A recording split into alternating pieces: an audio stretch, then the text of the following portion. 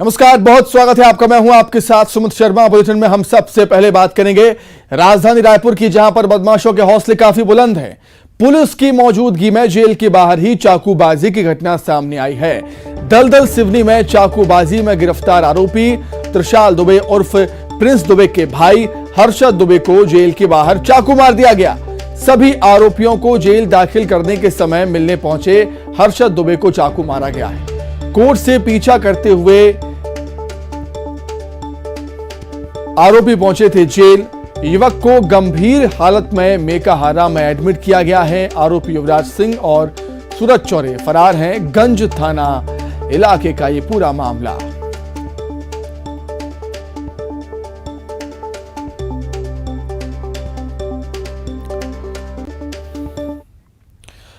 वहीं रायगढ़ में सड़क हादसे में 3 की मौत हुई है, 1 घायल हो गया है। अज्ञात वाहन की चपेट में आने से जान चली गई 3 लोगों की। घायल को जिला अस्पताल में एडमिट किया गया उपचार के लिए। एक ही बाइक पर 4 लोग सवार थे। खरसिया थाना क्षेत्र में कुनकुनी के पास यह हादसा हुआ। चप्पले में टाइल्स लगाने के लिए चारों गए हुए थे। शव को पोस्टमार्टम के लिए भेजा गया है खरसिया सिविल अस्पताल।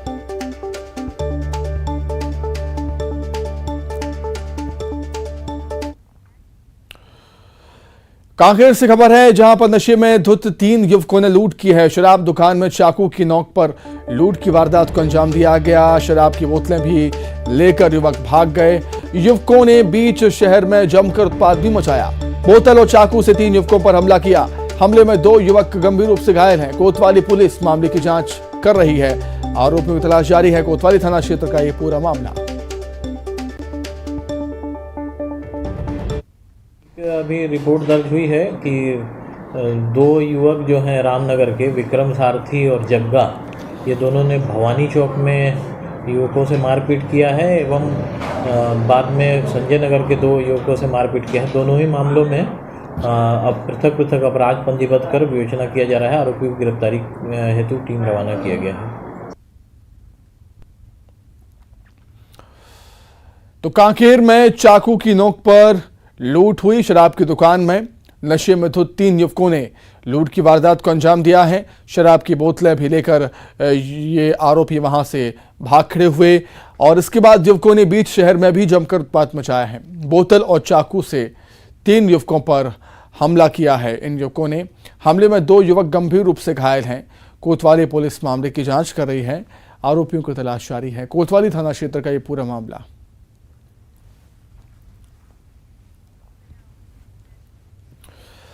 कवर्धा से बड़ी खबर है, जहां आबकारी और पुलिस की टीम पर हमला हुआ। अवैध शराब को पकड़ने के लिए पुलिस की टीम गई हुई थी। हालांकि पुलिस ने 24 आरोपियों को गिरफ्तार कर लिया है। आरोपियों में 21 पुरुष और 3 महिलाएं शामिल हैं। सिंघनपुरी थाना क्षेत्र का ये मामला है। सिंघनपुरी थाना क्षेत्र ने पुलिस ने यह कार्रवाई की है। अवैध शराब को पकड़ने के लिए पुलिस की टीम वहां पर गई हुई थी। पुलिस की टीम पर ग्रामीणों ने हमला कर दिया और इस हमले में महिलाएं भी शामिल थीं। हालांकि 24 आरोपी गिरफ्तार हुए हैं। इनमें से 21 पुरुष हैं और 3 महिलाएं शामिल। सिंघनपुरी क्षेत्र अंतर्गत नवागांव के बैगापारा में एक्साइज की टीम और पुलिस की संयुक्त टीम रेड कार्रवाई हेतु गई थी और इसी दौरान जो वहां पर शराब की जब्ती की कार्रवाई की जा रही थी और गांव वालों के द्वारा पुलिस बल और एक्साइज की टीम पर हमला किया गया था और इस बीच में किए गए पथराव और लाठी डंडे से चोट पहुंचाया गया था। कुछ वाहनों पे तोड़फोड़ भी की गई थी। इस प्रकरण में आज पुलिस की टीम गांव की घेराबंदी करके तलाश करके उन सभी आरोपियों को गिरफ्तार की है, जिसमें 21 पुरुष एवं 3 महिलाओं की गिरफ्तारी थाना सिंघनपुरी के द्वारा की गई। वर्तमान में ये सभी हिरासत में हैं और गिरफ्तारी उपरांत इन्हें माननीय न्यायालय को प्रस्तुत किया गया है। कवर्धा जिले में तेज रफ्तार का कहर देखने को मिला है, जहां एक तेज रफ्तार कार ने बाइक सवार को अपनी चपेट में ले लिया। घटना पांडा तराई थाना क्षेत्र के ग्राम मोहगांव चौक के पास की है। कार और बाइक की आमने सामने से टक्कर हुई। इस हादसे में बाइक सवार हवा में उछलता हुआ नजर आया। दुर्घटना मौके पर लगे सीसीटीवी कैमरे में कैद हुई है, जिसमें साफ दिख रहा है कि खाली सड़क होने के बाद भी कार ने बाइक सवार को अपनी चपेट में ले लिया। हादसे के बाद कार सवार मौके से फरार हो गया, जिसे पुलिस ने पीछा करते हुए मुंगेली से पकड़ा है। घायल युवक को जिला अस्पताल में उपचार के लिए भर्ती कराया गया है, जहां पर उसकी हालत गंभीर बनी हुई है।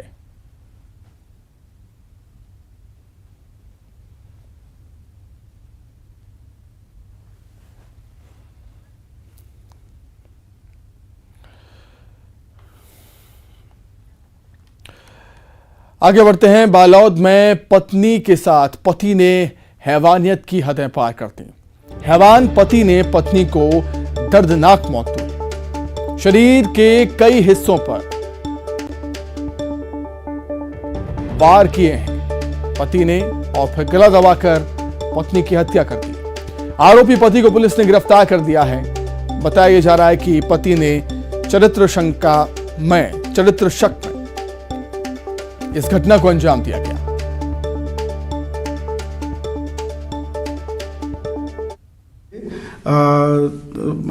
सुजा से मारने के निशान थे और उसमें उसके गला दबा के हत्या की गई थी। उसमें पुलिस ने एक जांच टीम गठित करके जब विवेचना की तो पता चला कि उसके पति उसके ऊपर चरित्र संदेह करता था, जिसमें उसके पति के द्वारा हत्या की गई है। इसमें 60 PM रिपोर्ट प्राप्त किया गया और धारा 302 IPC कायम करके आरोपी को गिरफ्तार करके माननीय न्यायालय में पेश किया गया था और जो घटना में प्रयुक्त सुजा था उसको आरोपी से जब्त किया गया है। मुंगेली में 5 साल की मासूम बच्ची से दुष्कर्म की कोशिश हुई। निजी स्कूल का बस कंडक्टर गिरफ्तार हुआ है। घटना पर अभिभावकों में काफी आक्रोश है। पॉक्सो एक्ट और दुष्कर्म के मामला दर्ज यहां पर किया गया। मुंगेली में 5 साल की मासूम बच्ची से दुष्कर्म की कोशिश यहां पर की। स्कूल का बस कंडक्टर, निजी स्कूल का बस कंडक्टर हिरासत में लिया गया है।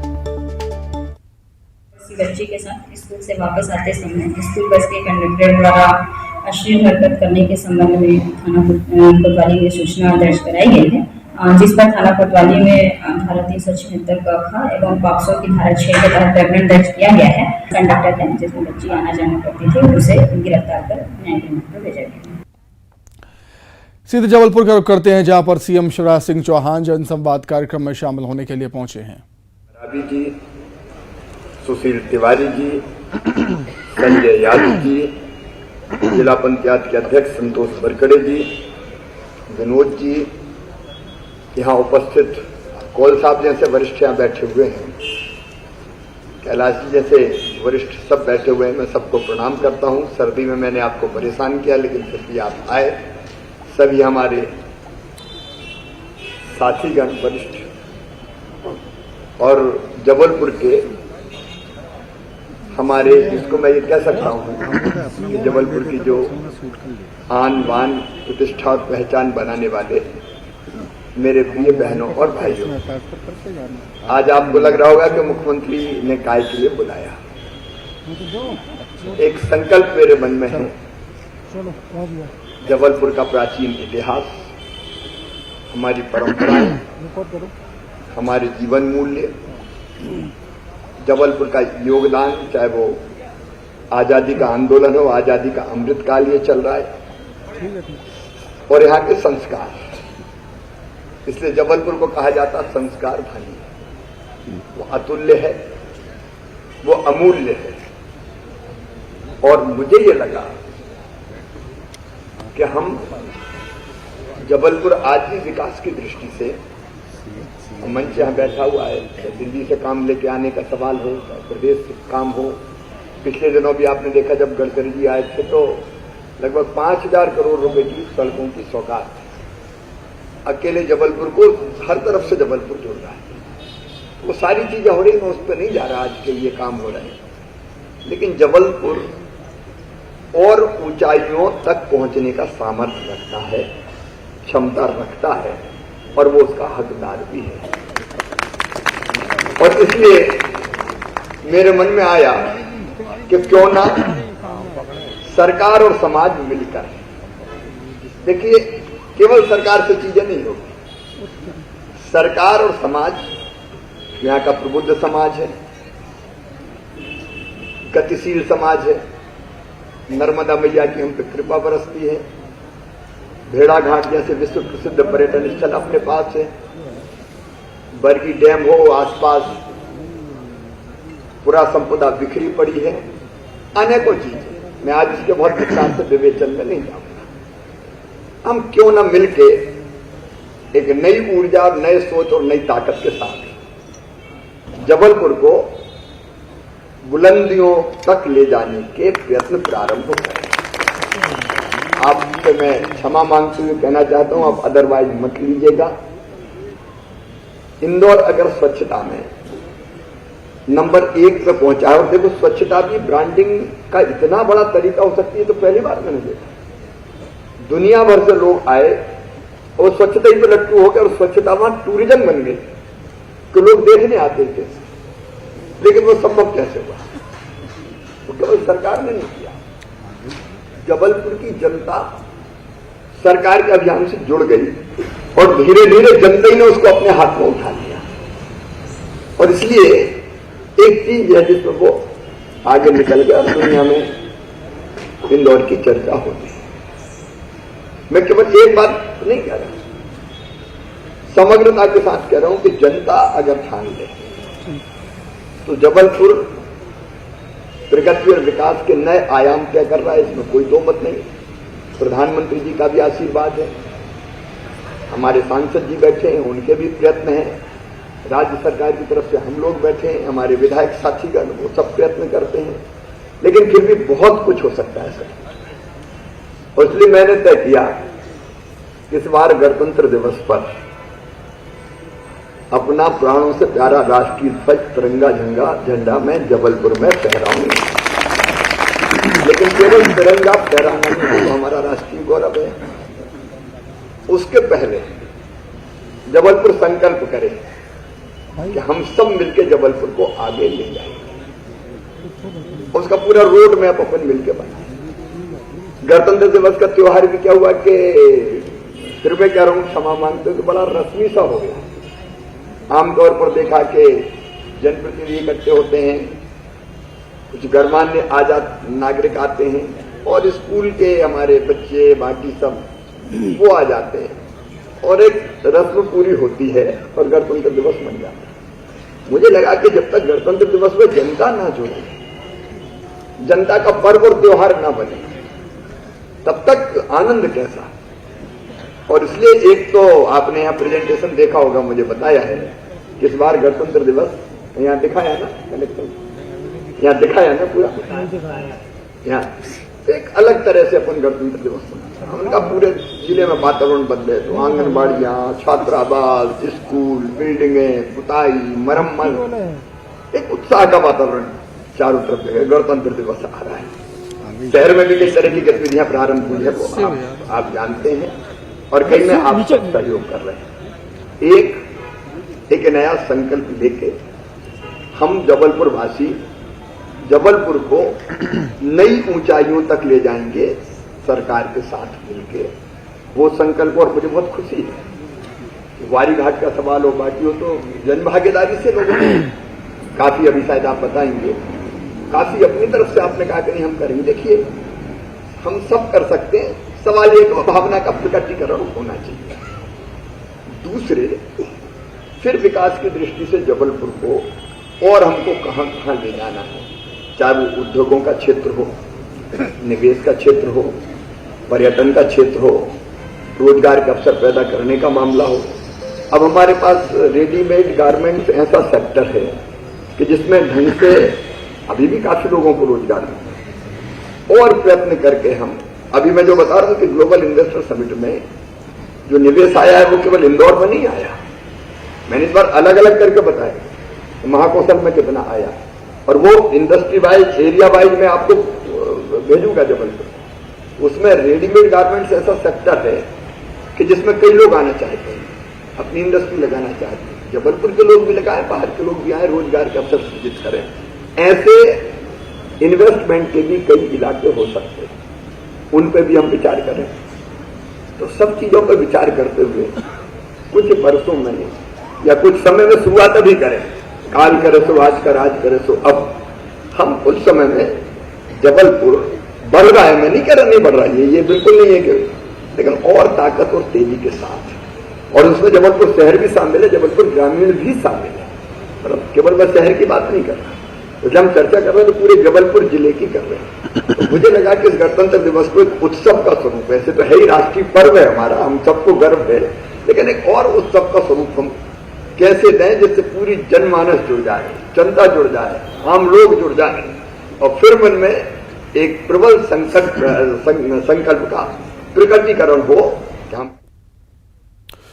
आगे बढ़ते हैं। जम्मू कश्मीर के बारामूला जिले की पुलिस ने अंबिकापुर शहर में दबिश देकर एक फल व्यवसायी को गिरफ्तार किया। फल व्यापारी प्रभु गुप्ता अंबिकापुर के नामना किला का रहने वाला है। व्यापारी पर आरोप है कि उसने कश्मीर के एक फल व्यापारी से करीब 1 करोड़ 5 लाख रुपए के फल खरीदकर रुपये नहीं दिए। करोड़ों रुपये नहीं मिलने पर पीड़ित व्यवसायी ने अंबिकापुर निवासी प्रभु गुप्ता के खिलाफ जम्मू कश्मीर पुलिस से शिकायत की। शिकायत मिलने पर जम्मू कश्मीर पुलिस ने अंबिकापुर कोतवाली पुलिस की मदद से आरोपी को गिरफ्तार कर अपने साथ ले गई। 5,30,270 रुपए की ठगी व्यवसायिक माल खरीद करके और पेमेंट न देते हुए किया था, जिससे मामला प्रथम दृष्टया अपराध ठगी का पाए जाने से वहां की पुलिस टीम सहित यहां आई थी और अंबिकापुर की स्थानीय पुलिस के सहयोग से आरोपी को गिरफ्तार किया है। रायपुर के दलदल सिवनी में हुए दोहरे हत्याकांड के 5 आरोपियों को पुलिस ने गिरफ्तार किया है। वहीं 6 आरोपी अभी भी पुलिस गिरफ्त से बाहर हैं। दोहरे हत्याकांड के मुख्य आरोपी सौरभ तिवारी और एक युवती की तलाश में पुलिस की टीम लगी हुई है। युवती ने हत्या की पूरी साजिश रची थी। युवकों की हत्या होने के बाद उसने दूसरे गैंग के लोगों को फोन करके भी कहा था कि उसने 2 लोगों को मरवा दिया है और आगे तुम लोग देख लेना। हत्याकांड में कुल 12 लोगों का नाम सामने आया है। पंडरी में दलदल सिवनी के पास पुरानी रंजिश को लेकर एक हत्या की घटना हुई थी, जिसमें 2 लोगों की हत्या कर दी गई थी और इस पे थाना पंडरी में अपराध पंजीबद्ध कर भारतीय दंड विधान की धारा 148, 149, 302, 120 बी और 25-27 आर्म्स एक्ट के तहत प्रकरण पंजीबद्ध करके विवेचना में लिया गया था और विवेचना के दौरान प्रकरण में 5 आरोपी जो हैं फिलहाल गिरफ्तार किए जा चुके हैं। बलरामपुर के लोधी गांव के कुएं से युवक की लाश मिलने के मामले में पुलिस ने 6 लोगों को हिरासत में लिया, जिनसे पूछताछ लगातार जारी है। जब पुलिस ने कड़ाई से पूछताछ की तो सभी ने हत्या की बात स्वीकार कर ली।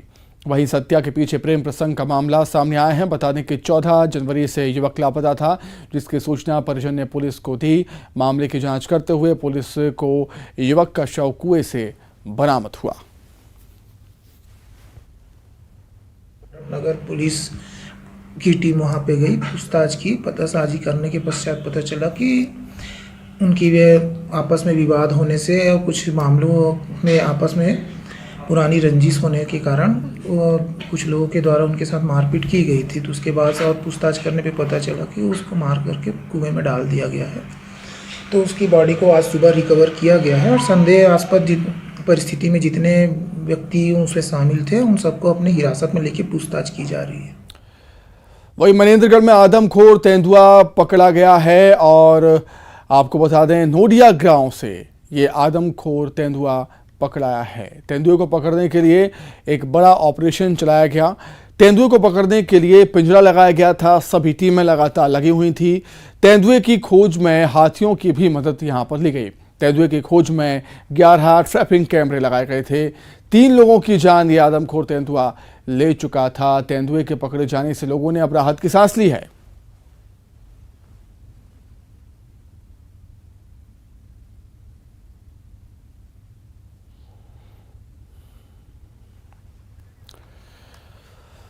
वहीं मनेंद्रगढ़ के भरतपुर इलाके में 2 और तेंदुओं के पदचिन्ह मिले हैं। एक तेंदुए के पकड़ाने के बाद भी रेस्क्यू ऑपरेशन जारी है। कुमकी हाथी से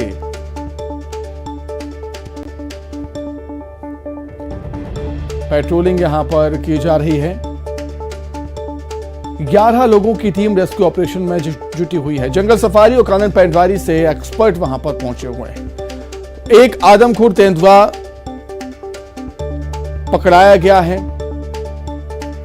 लेकिन अभी भी 2 और तेंदुए हैं जिनको पकड़ना बाकी है।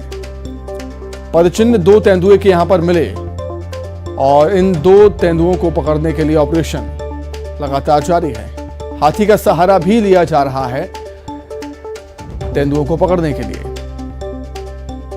11 लोगों की टीम रेस्क्यू ऑपरेशन में जुटी हुई।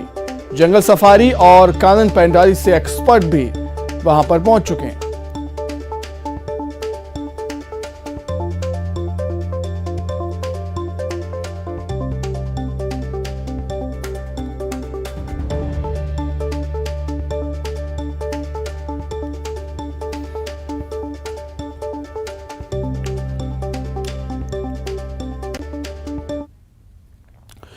रायपुर एम्स में आउटसोर्स कर भर्ती किए गए कर्मचारियों ने आज प्रबंधन के खिलाफ जमकर नारेबाजी की है। 12 ठेके कर्मचारियों को काम से निकाले जाने के बाद दूसरे कर्मचारी काफी नाराज हैं।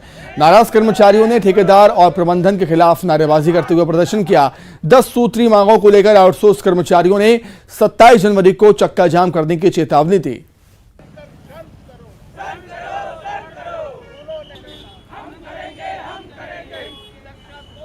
10 सूत्री मांग है, उसमें से प्रमुख मांग है गैर कानूनी ढंग से इस देश की संविधान को उल्लंघन करते हुए 12 साथियों को काम से बाहर निकाल दिया गया। काम से निकालने के पहले कोई नोटिस जारी नहीं किया। हमारे देश में श्रम कानून है।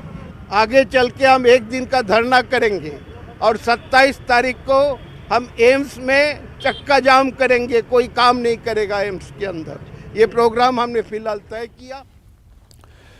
साउथ ईस्टर्न कोल फील्ड्स लिमिटेड कोरबा क्षेत्र में आउटसोर्सिंग को लेकर विवाद जारी है। जिले की मानिकपुर परियोजना के कई कामों के लिए ओडिशा की कलिंगा प्राइवेट लिमिटेड को ठेका दिया गया।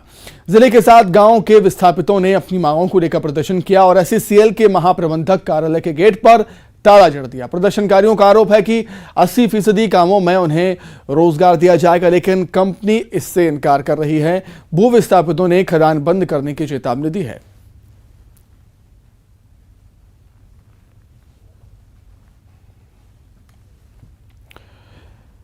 SCCL प्रबंधन पर धोखे के आरोप यहां पर लग रहे हैं। जिले के 7 गांवों के विस्थापितों ने अपनी मांगों को लेकर प्रदर्शन भी किया है।